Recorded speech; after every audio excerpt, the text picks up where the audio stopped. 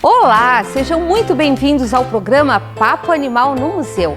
Um programa feito com muito carinho, especialmente para você que gosta e se interessa em conhecer mais sobre o fantástico mundo dos animais. Hoje vamos falar sobre um assunto que tem sido reportado nas últimas semanas, que foi a morte de um expressivo número de macacos em 2 municípios do sul do estado de Santa Catarina. E isso nos alerta para uma possibilidade, a ocorrência da febre amarela em nossa região. Mas você sabe o que é febre amarela? Como se prevenir? Como se adquire? E o que de fato os macacos têm a ver com essa doença? Então, fique ligado. Você vai conhecer todas essas respostas no programa Papo Animal de hoje.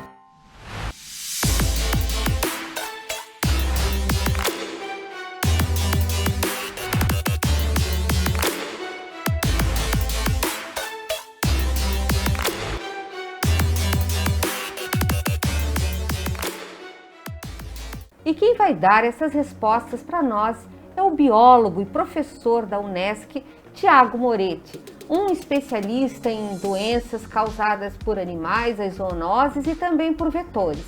Muito obrigada, professor Tiago, pela participação no programa de hoje. Eu que agradeço, Morgana, pelo convite. Então, professor Tiago, afinal, o que é a febre amarela? Que sintomas essa doença apresenta? E quem é o causador da febre amarela? A gente pode resumir que a febre amarela ela é uma doença infecciosa aguda, não contagiosa, e ela vai ser causada por um vírus que a gente chama de vírus da febre amarela ou vírus amarílico.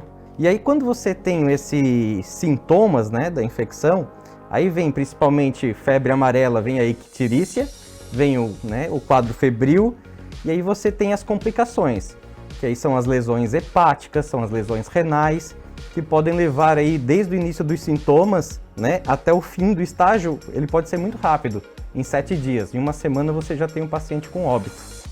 E qual a relação dos macacos com a transmissão da febre amarela nos humanos? A gente tem que sempre pensar que a febre amarela, ela tem 2 ciclos, o ciclo urbano e o ciclo silvestre. O ciclo urbano a gente não tem casos no Brasil desde a década de 40. O ciclo silvestre, que é o mais comum, nós temos aí sim a relação dos macacos. Então o macaco, ele sofre tanto quanto nós humanos de febre amarela. Você vai ter os sintomas quase os mesmos. Você vai ter o quadro febril, você vai ter a icterícia, aquele amarelamento da pele, você vai ter apatia e você também vai ter as lesões no fígado, e no rins. Então ele sofre tanto quanto nós. Esse ciclo silvestre, você tem 2 mosquitos lá com ele. Você tem o mosquito do gênero Haemagogus e você tem o mosquito do gênero Sabetes. Então quando um mosquito, carregando esse vírus, ele pica esse primata não humano, esse primata não humano então desenvolve esses sintomas. E aí o que acontece? O ser humano, quando ele vai fazer uma expedição na mata, vai numa cachoeira, ele é o quê? Picado acidentalmente por esses mosquitos, porque um mosquito contendo o vírus pica um primata não humano, e aí esse primata não humano é hospedeiro agora do vírus da febre amarela, e outros mosquitos picam adquirem o vírus novamente, e aí passam para o ser humano. Todos os macacos são suscetíveis a essa doença? Existe uma espécie com mais resistência ou não? Nossa, excelente pergunta. Quando a gente está em campo e também pelos trabalhos da literatura, a gente vê uma diferença, um grau de resistência diferente entre as espécies. Então, por exemplo, em campo, quando a gente visualiza essas mortes dos primatas, nós encontramos bastante o bugio. Então, o bugio, quando ele adquire a doença, ele tem uma alta probabilidade de essa doença levar ele ao óbito. Da mesma forma, estudos das Fiocruz dizem que os saguis também são pouco resistentes. Diferente, por exemplo, do macaco prego. O macaco prego, pelos estudos da Fiocruz, ele mostra uma alta resistência. Então, ele pode até adquirir a doença, mas essa doença não leva ele com uma facilidade ao óbito, como leva no bugio e como leva nos saguis. Então, no caso que foi encontrado nesses municípios, animais mortos, macacos mortos. A primeira coisa, foi febre amarela? Como saber? A gente tem que pensar também primeiro, não é toda morte de primata não humano que é febre amarela, né? Então você tem aí várias causas. Mas quando é detectado um macaco morto, é acionado a vigilância epidemiológica do município, né? Essa vigilância epidemiológica tem um fluxo, chama a vigilância epidemiológica do estado. E se consegue fazer a coleta em tempo hábil, ali 24 horas, 36 horas, né? Depois ali da morte, se consegue fazer uma autópsia, e aí nessa autópsia se consegue tirar as vísceras e enviar para análise. Então veja que é um tempo muito pequeno da morte para você mandar uma amostra viável para o laboratório. Então tem várias mortes que a gente não vai saber se foi febre amarela ou não, por causa desse curto estágio de tempo. Em São Martinho, ok? E Santa Rosa de Lima, nós tivemos casos, e aí confirmados, que a morte foi por febre amarela. Então foi levado para o laboratório, e o laboratório emitiu o laudo, sim, né, foi encontrado o vírus da febre amarela nas amostras enviadas.